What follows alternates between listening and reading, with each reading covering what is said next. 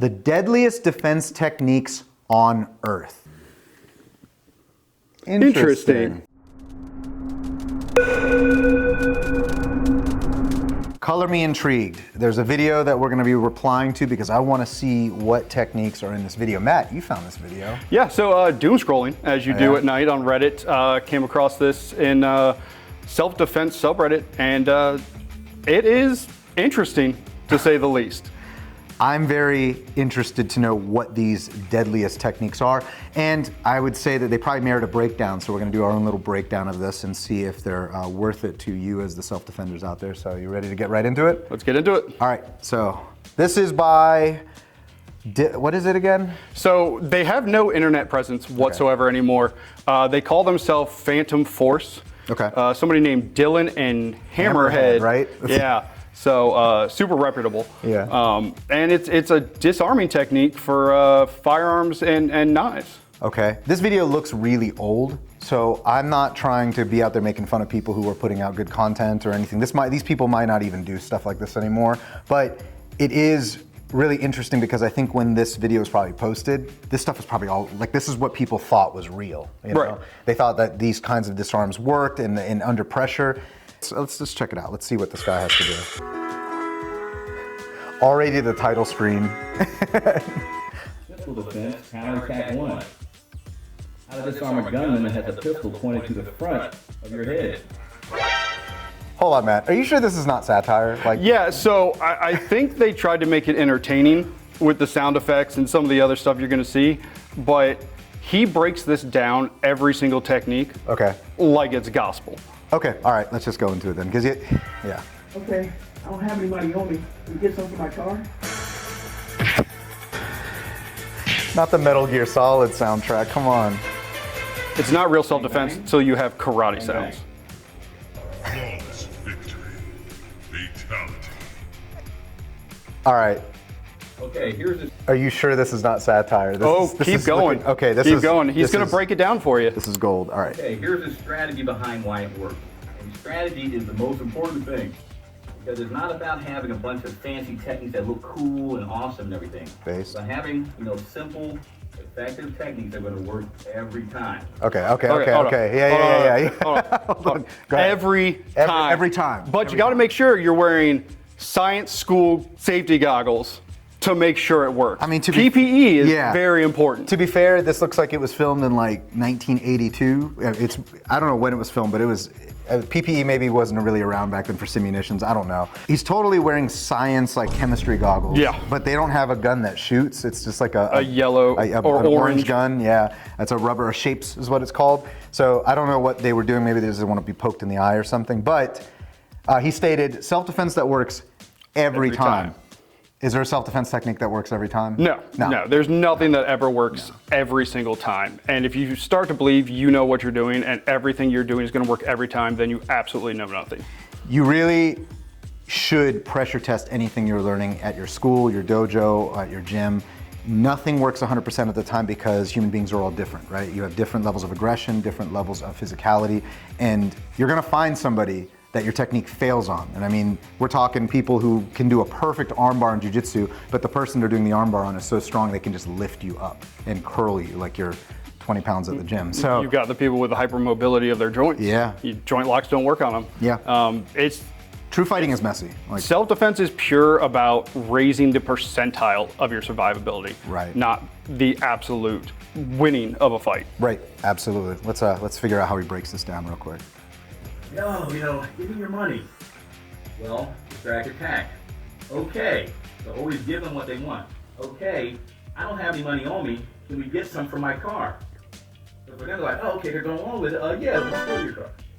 Or you can say, Sound oh, effects give me your killing money. me. You say, I don't have any on me. Can we go to an ATM and I'll get some? Your mind's gonna process that and they're gonna say yes or no. The moment they do that, pow, that's when you're going to action. How? So I want to talk about this. Neck crack. I want to talk about this. Come on. So we do teach distracted techniques, Yeah. right? Especially at gunpoint. So there's some truth to that. Yeah, feigning compliance does work. It right? does work. It helps. But you're talking, you need to do something that's going to force them to be distracted. Right. You just saying, oh, let's go to my car. You're not distracting them. You're pissing them off. Right. Right. The technique where maybe you carry a fake wallet and you toss it at their feet. Yeah. That's a distraction. They're going to have to look at that wallet. You hand it over. That's a distraction because now they have to take possession of it. You need to physically get them distracted, not just say, oh, well, can we go? They're not going to sit there and go, maybe. Right. They're going to force you to do what they want you to do. And this really depends on how experienced this robber is, right? If it's a pretty street savvy person who understands that there's going to be a percentage of people out there that might fight back, they're probably not going to take any chances on you, right? Number two, he's teaching a disarm, like a gun disarm. I'm not a huge fan of gun disarms because it's the quickest way for you to go to heaven. And it takes no pressure at all to just click that trigger and take your life away. That being said, there is a time and place for disarms or for seizing the weapon-bearing limb. That's really if there's like Nothing else to, you can't do anything else. Otherwise, I'm gonna try to access a weapon of my own. I'm gonna try to escape. I'm gonna try to throw something at him. But wrestling over a gun or even a knife, it's a nightmare. It's really, really hard to pull off, and we'll play around with that in a second. But let's see the finish of his breakdown. And, they walk up to you and say, "Oh, get in the car." Say something like, "Okay, front seat or back seat," right? And they're thinking, front seat. No, but I'm gonna keep an eye on your front seat. And while they're thinking and they're talking and saying that, that's when you want to act. This is important. This is what gives you the opportunity. Strike. If you go into action too soon or they're not distracted, disaster. So I'm going to give you a couple examples. From here, notice the first strike dislocates their knee joint. Okay. It's not a kick to the shin, it actually comes in at a 45-degree angle. All right. Dislocates their knee joint. The person, I love this. Where's the gun at? Let's break this down. All right. I love how in self-defense schools all over the country, this is the attacker's position that they do when they pull up a gun on you. And guys, I just want to let you know right now that this is a live firearm that's chambered. I don't want to piss anybody off in the comments. We're extremely safe here. So go ahead and just give me that over-exaggerated, overextended position, right? This is bullshit, guys. This is not how people typically attack other people when they know that there's other people watching, especially in a robbery case. This might be his ego got bruised, or I hit his car, or he thinks I talked to his girl or something like that, and now he's coming up and he's trying to show some force. Maybe this is where this would happen, but your typical robber isn't going to want to be seen by every single person around them. So they're going to walk up probably in a much more compressed position, very similar to this, and the closer the limb is to the body, it's so much harder for me to take control of that limb, because if I do try to grab, he's going to go ahead. He just squeezed the trigger, right? Say he didn't have it chambered at all. Say he's somebody who's super smart and doesn't keep a bullet in the chamber, and I try to grab his arm. He's not able to pull the trigger, but just pull backwards. Every single time I'm gonna lose control of that weapon.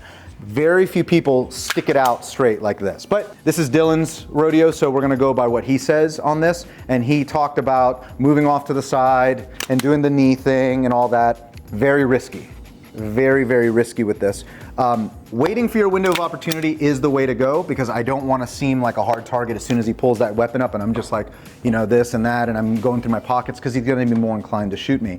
I need to find my window of opportunity with this. So say we're heading over and he's pulling me over to an ATM or something. I need to find a moment that he's distracted, because another thing Matt's doing right now, he has a hand controlling my shoulder. So the moment he feels this twitch, he's going to know to pull the trigger, right? Very few people do this. The moment that they have you turned around, they're going to be doing things like this, where they have control over this. They might even grab your arm. They're like, come on, let's go. And they're pulling you over to wherever. And they're trying to keep that weapon concealed from the rest of the people around, because the last thing a robber wants is a cop driving by and he sees this. When would be a time for me to attempt a disarm or attempt a seize of the weapon-bearing limb? I think at that point it's when I have no other options. So I don't have any money, or he's decided he's just gonna shoot me anyway and he's made it clear somehow, and he didn't offer any window of opportunity for me to do anything. Finding a window of opportunity is gonna be way more effective than a specific John Wick style technique where I'm doing this and all that. Does that stuff work to some degree? Yes, but just like you said, Matt, your percentage of survival is going to decrease or increase based on what's happening and who you're fighting. So I would say paying attention to body language. He's looking around, he's like, hey man, hurry up, and he's looking around, and as soon as he does look one way, offsetting and then striking and then closing in on the body. So if you're noticing, I'm not trying to take the weapon away because I'm assuming what he's gonna do. Another thing that people get wrong in the self-defense situations, they forget that a person has a second fucking hand. Right, you have two hands. So go ahead, take your finger off the trigger because I don't want to hurt your finger. So right below it. So when people do like the turn over and do that, they forget that hand is still there. They punch me in the face, and now that gun is right back online. Everyone forgets about that left hand or that right hand. Well, another thing I love when you see these fancy disarms and stuff is even if I account for that second hand, I have to try and get it offline while he's fighting me with this hand. Then he's got this hand. His finger's already on the trigger. The moment I come up to even twist, it's still got to pass my entire chest, and he has optimal range to shoot me. So he touches the gun. Go ahead. I just pulled the trigger. Let's do it again. Oh, I don't have any money. Can we go to the ATM? Can we go? I saw his shoulder move. I pulled the trigger. Let's do it from a compressed position. All right. Hey, all right. Give it to me. All right. I'll give you my wallet. I just got shot. Let's do one more, just to prove to everybody out there. I love Dylan's way. I love it. It's great. I'm gonna do the up one. I remember learning this in karate like years ago. So I'm trying to get my money out. I'm gonna try to feign compliance. I'm gonna go low, and I just got shot in the head. It's very hard, and at this point, it just becomes a percentage of risk that you're willing to take. Because if he's like, dude, I'm gonna kill you anyway, or he kind of gives me an inkling that he's gonna shoot me, yeah, I'm gonna do what I can to fight. Your reaction is never gonna be faster than the action I've already taken. Finger's already on the trigger, gun's already pointed at you, it's loaded, and it's ready to kill you. Yeah. So nothing you do is going to be faster than what I'm going to do. Yep. Without some sort of interference. And he is going to wrestle for that gun, 100%. So you do the method that they showed in the video where you do the knee dislocation and you do the turn at the same time. He's not going to just sit there. He's probably going to grab me in a headlock or he's going to hit me. So we'll do it slow. So I come in and I do this, and now he's doing that. And look, he just got the gun back online. And this time I want you to just grab me. All right, grab my shoulder. So I do this and I hit, boom. And then he just pulled the weapon back and fired. He tried to grab, I grabbed him, and he decides he got the gun on my shoulder, but now it's a wrestling match for this gun. Having your own weapon of some kind, so go ahead and just act as a fake weapon. He pulls off something and he stabbed me in the ribs. He has a much higher chance of survival than trying to strip the weapon from me. Where I do think he went right with this though is just trying to get that weapon off. If you're gonna make a mad dash for this gun, the best thing you can do, aside from distracting and waiting for a window of opportunity, is getting offline from the gun. Right. You're not gonna strip the gun from them. Like, don't assume that's gonna happen, because the moment it doesn't happen, you're not gonna know what to do. If you don't practice wrestling or grappling or any kind of intense sparring with this, you're just gonna sit there and the person's gonna instinctually just start hitting so you. my whole thing with this is if he just controlled it, right? Maintain the weapon holding limb. And instead of trying to rip it out, I mean, you could maintain it, keep it pointed away from you, snap the elbow, you could do strikes to the head, you could pull your own weapon.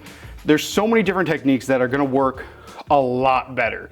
Because the moment you start fighting for the weapon, knife, gun, whatever, you're either gonna get cut or get shot, or the guy's gonna pull the trigger. So it's going off. So now you're dealing with the noise, the distraction, the wrestling, all this stuff. It's not a movie, and that's what kills me about this is he's acting like they do in the movies, and it's I can do this because I practice blah blah blah. Yeah, if you have not practiced with like real resistance where people are actively fighting you, where there's risk of pain, like these guns, they shoot projectiles and they hurt, and we practice with them, and if you get shot, there's no the gun doesn't lie. There is merit to seizing the weapon-bearing limb. We talk a lot about this in active shooter situations because sometimes that's all you can do. So let's go over one way that you can pin somebody and best practices that I believe work if you were in a situation where you had to go hands-on. So let's go to the wall real quick. So we're at the wall, and Matt is gonna do the same thing he did before where he has the gun. Number one, I really wanna wait for that window of opportunity where he's just kind of doing something else. He's like, hey man, hurry up, and he's trying to look around, scan his horizon. And we're gonna kind of go through what the video talked about, but we're gonna divert a little bit. So I'm over here, he pushed me up against the wall, boom, okay, all right, this is cool, let me get my wallet out. he gives me that window of opportunity, I am going to do whatever I can, because again, it's a risk mitigation thing, where I might turn my body, strike the gun away from me as fast as possible. And I would ideally do it when I don't look tense and when I don't look like I'm going to do it. So, you know, feigning compliance, kind of like what he talked about in the video, where he was like, oh, okay, blah, blah, blah.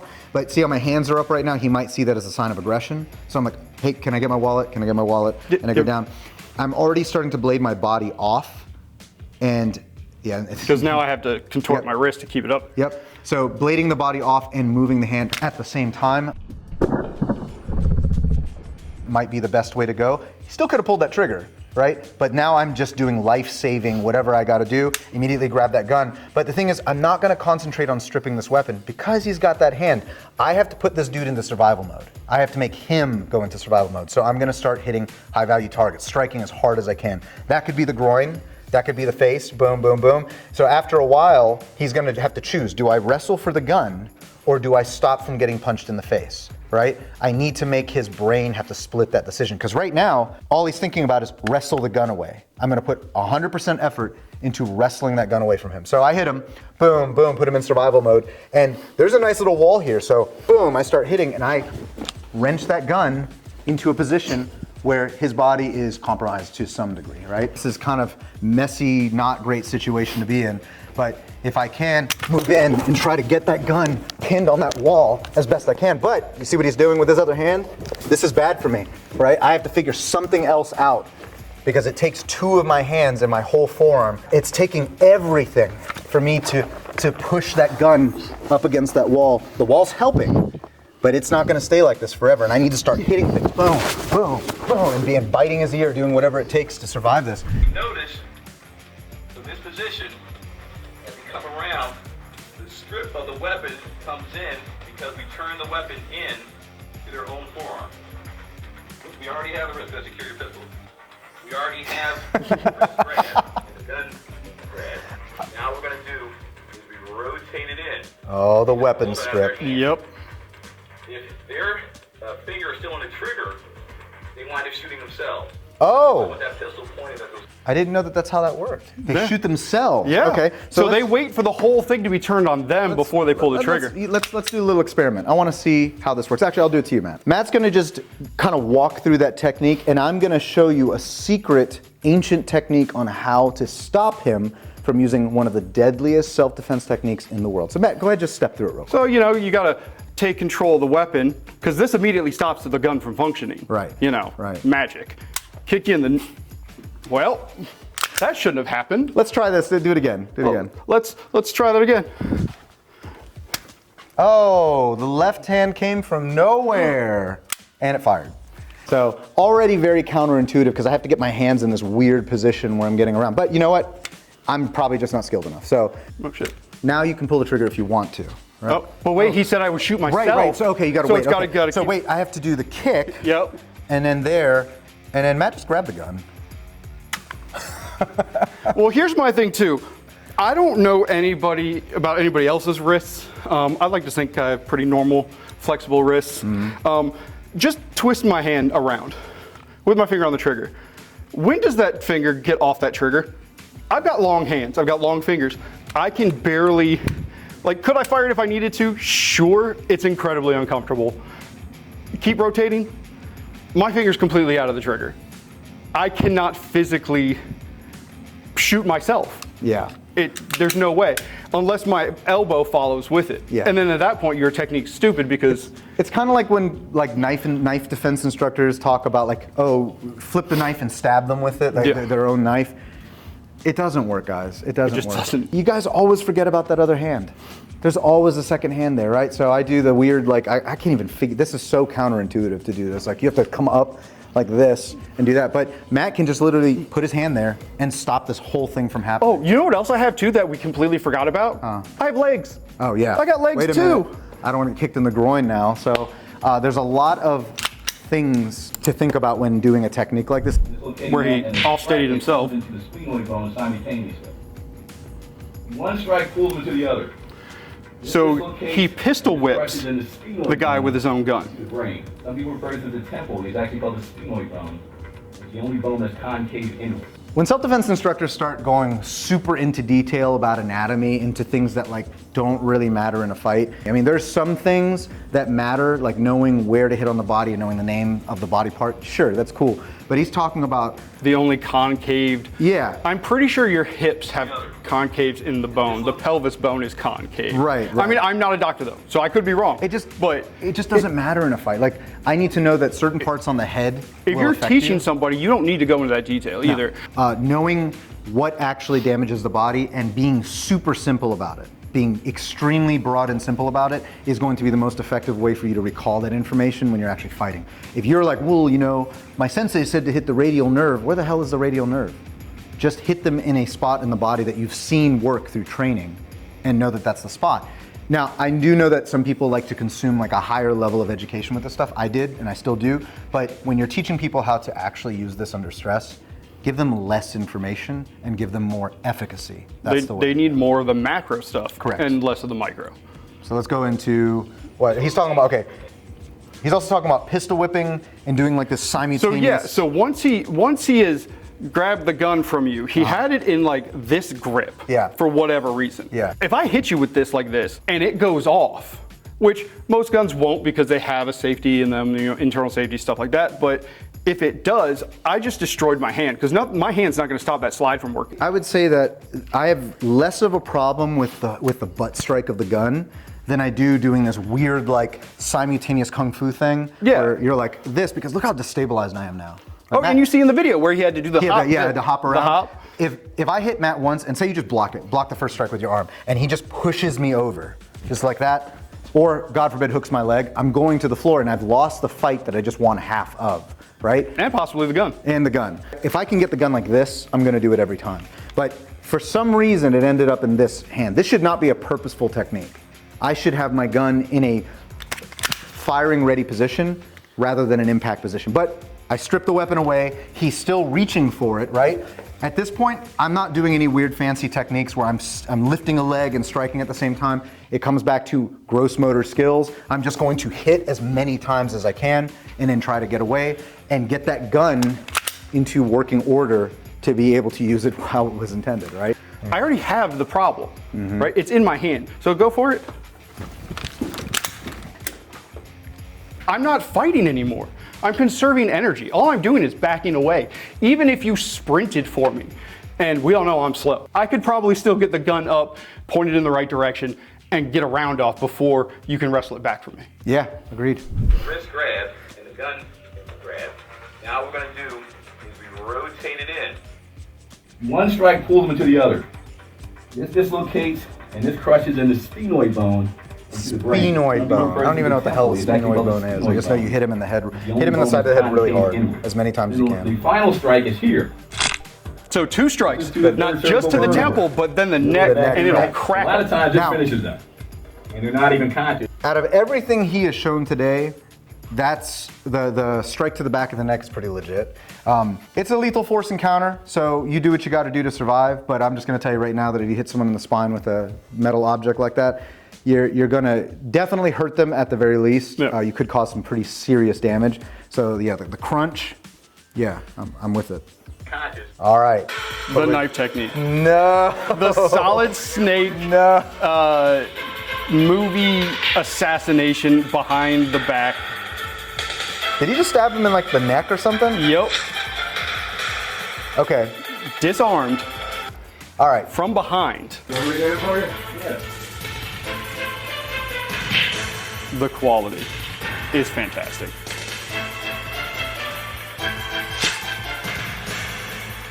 Because you know, once you take the knife from somebody, they immediately give up and stop fighting. I like the just sudden music change. Let's hear his breakdown. They're right over there. Can I get them for you? Yeah. Okay. At this time, I'm grabbing his wrist and his elbow here. So, bring it across. Again, he can't attack me. He can't attack him. His left hand is just hanging out there, you know. Hyperextending it. Hyperextending the arm with your palm. Yep. With your palm. Oh, you got to do the hop though. He had 3 hops in that one. I think that's important. 3 hops this time. 3 hops. Side Ooh. thrust to the third vertebra Specifically the third. The third vertebrae. What about the third or the fourth or the fifth? Yeah. Okay, my name's Dylan. I'm Hammerhead. I'm Hammerhead. Knife techniques, my favorite. You're our main instructor for knife technique, so let's see what you got. So there's so much. We're going to be doing a video on this later on. There's so much bullshit with knife techniques out there. I'm just going to tell you right now, guys, knife fighting and knife defense absolutely fucking sucks. It is one of the most horrible situations to be in. I'd rather be in a gunfight any day than be in a knife fight, and I don't want to be in a gunfight. Knife fighting is not romantic. It is extremely messy, and there's typically not one winner. It's typically a very non-binary response. You're going to get cut up. You're going to go to the hospital. You may even lose abilities to use parts of your body, and that's what it took to survive the knife attack. So when people are doing crazy shit like this, I don't know, like it's tough because the position he was in, like the sensory removal covert, covert thing. Where are you at? Yeah, what are you doing that's happening? I don't know. Like, do me a favor, just stand here and turn around. Yeah. Like, at what point in any person's life are they gonna be standing like this, nobody else around to say, hey, someone's behind you, and you just got some solid snake just... Yeah. Yeah, you're like a Colombian guard in a video game or something. It makes no sense. So could that happen though?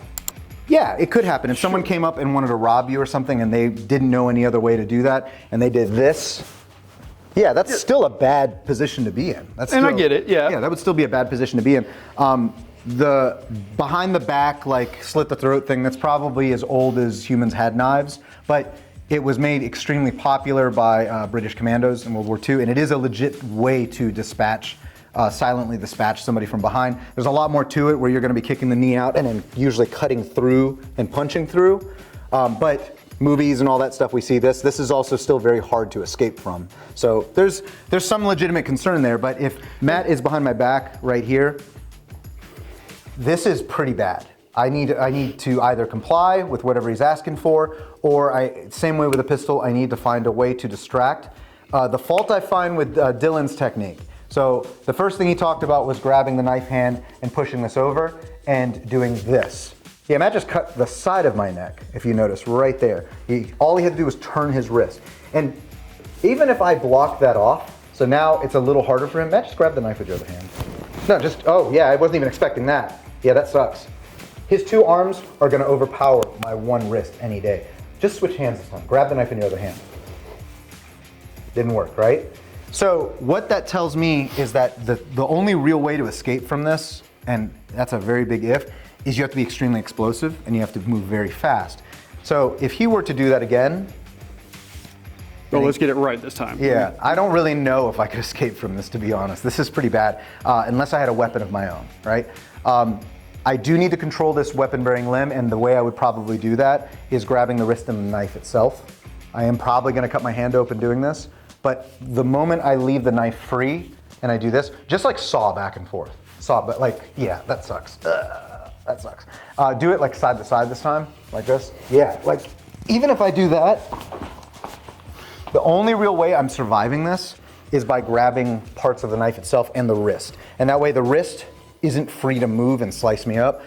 So if I do this and I put weight down like that, it's much harder for Matt to do that, and it gives me a chance. And again, I'm also in a bad position right now.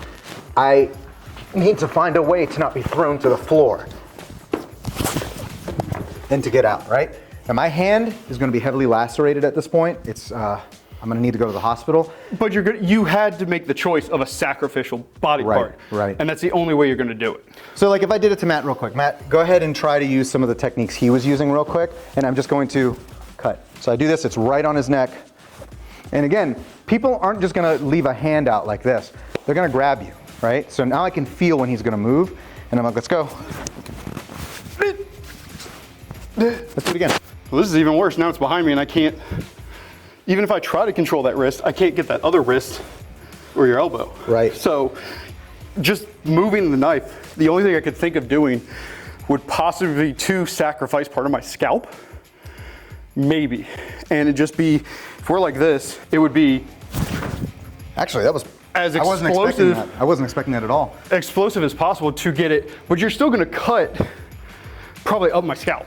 Yeah. which is, like you said, it's a sacrifice. Try doing it with the blade grab this time, like with blade and wrist. So if I'm here, I grab this right here.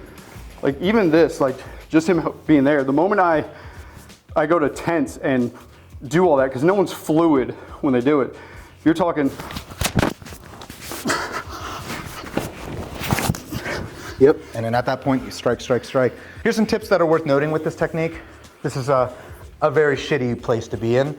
Relax your body as soon as you can, because the moment, if I'm tense the whole time, it's gonna make him realize that I'm gonna fight and he's gonna end it sooner, right? So I'm gonna relax my body. I'm like, okay, you can have whatever you want. Get your hands as close to the knife as possible. So if you're down here and you try to do this technique and I tense, he's gonna feel it and react to it. But if my hands are already in this position, but they're in a more passive role, and I'm like, hey, okay, wherever you wanna go, man. Wherever you wanna go, just don't hurt me, okay? Boom, and I'm able to get it quick, get that knife off of my neck, and be able to put two hands on one limb, which is what I want. So from that point, I really hope he's just not gonna grab me with the other hand, because if that happens, I'm in a lot of trouble. Right, if you notice, I have two hands on one limb now. I have two hands on one limb, and yeah, my hand's getting kind of messed up and everything. At this point, it's not in my body, and I have my entire body working to my advantage. He's pinned my elbow between his thigh, his hip, and his other elbow. So there's not much, even if I try to go down with this, I'm just pushing myself into a worse position. Yep, and I'm using my whole body to pin the knife, because again, I'm assuming he is going to use as much force as possible to try to wrench the knife. And here's another thing, I do not want to stay here long, right? So I got to this position, this is a transitionary position. So before Matt, I need to start moving it in a way where he can't access it and maybe do something else. Oh, that wasn't better. This is a pretty shitty position to be in. I really don't even know if I'd be able to escape it, but I know that the very first thing I would do is I would loosen my body. I would loosen my upper body because I don't want to signal to him that I'm about to react to what he's doing, right? So I'm gonna relax and feign compliance. I'm gonna be like, all right, man, whatever you want, let's just go grab it, don't hurt me, okay? And then as you notice, my hands are coming closer to the knife. If they're down here and I try to do the reaction, if there's so much space between here and here, he's gonna do something and it takes very little force. Just like that trigger pull of the gun, just cut my neck, right? So we're gonna go wherever we're going. Maybe we start walking, because as soon as we start walking, it's going to make it so he has to kind of adjust constantly as I'm moving. And I'm like, this way, over here. that way. Okay, all right. And if you notice, my hands are getting very close to the knife. And when he is least expecting it, hey man, please don't hurt me, okay? Hey, get in the car, okay, get in the car.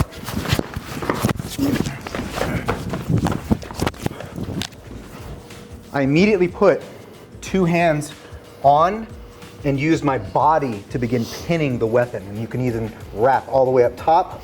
You can wrap underneath, and you can wrap over top. But there was none of this like, rainbow, like stab themselves with it, the redirection of energy bullshit. It doesn't work. It doesn't work when somebody is actively trying to fight you. So you really want to set the explosive action up before you do it. I want to loosen my body, feign compliance, and as soon as I can pluck that weapon off of my neck, boom, that's what I'm gonna do, and I sunk my weight.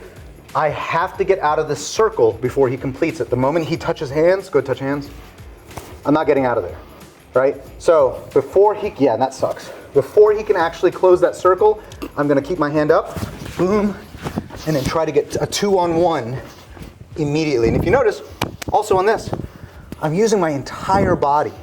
I'm using my neck, my shoulder, and I'm trying to keep this from stabbing into my body right here. So I'm controlling the wrist and controlling this, just like that. Pin it up against my knee, start striking things that matter to him, and hopefully I can get away. I know that even if these guys weren't serious about it, there are people that do believe this stuff, right? There are people that 100% believe this is gonna save their lives, and it's not going to work. I promise you, against a committed attacker who wants to do you harm after you've reacted to whatever it is they're doing, they're gonna hurt you. They're gonna keep going. So the only way to really mitigate this whole thing and to test it out is to spar with your partners, is to come in and try it out and say, hey, do not let me take the knife from you. Let's get on the mats and let's get tired, let's get sweaty, and let's figure it out, because this stuff has been pushed in every dojo I've ever been to, and none of it has ever worked. If you put chalk on that thing, and we start marking each other up, it tells you really quick Where you got hit. where you got hit. There's no lying, right? So just be careful with stuff like this, guys. I know that this is a really old video and it kind of looks like semi-satire. Exactly. Right? Luck is a big part of self-defense. It is. You want to up your chances, up your stats by going out training, vet who you're training with. I mean, Yeah. I'd love for people to come to us and train. Love it. But I'm also not going to stop them if they want to find somebody else. Yeah. But just vet them. Make sure they're actual vetted and they know what they're talking about. So where can you start in your self-defense journey if you don't have a combatives gym around you? I would say anything with vetted combat sports such as MMA, Muay Thai, wrestling, jiu-jitsu, any of those full contact, high resistance sports are gonna be a great way for you to get conditioned to do this kind of stuff. And then if you can eventually find a seminar or a dedicated gym like ours that teaches combatives and firearms techniques and knife fighting, that's going to be your best bet. But there are lots of qualified instructors throughout the country. I can think of a few. Craig Douglas is one of the big ones. If you can take a Craig Douglas class, you're going to be in great hands. Honestly, a basic wrestling gym, a basic boxing gym will help you. And MMA gyms have become a thing. It's a great Yeah. workout now. And as long as you're sparring, and that's the big ticket, the big takeaway is you have to spar, right? You can't do the synchronized, the choreographed movements and stuff. That's great to learn the system, learn the flow, learn how to do the techniques. But if you're not open sparring without someone else doing the exact technique you need them to do in order to do what you need to do, it's useless. You're learning how to dance. Hey guys, thanks for joining us on our breakdown of the world's best self-defense techniques. I think that there's a lot to learn about what is being put out there on the internet, and I really hope you guys don't believe everything you see. I hope you don't even believe us. I hope you can just get on the mats and try it yourself. But if you guys like content like ours, consider subscribing and hitting that bell, because we are going to be posting more on this channel for firearms, edge weapons, and general self-defense in the very near future, including some cool gun reviews as well. So we'll catch you next time, and stay safe, stay sharp.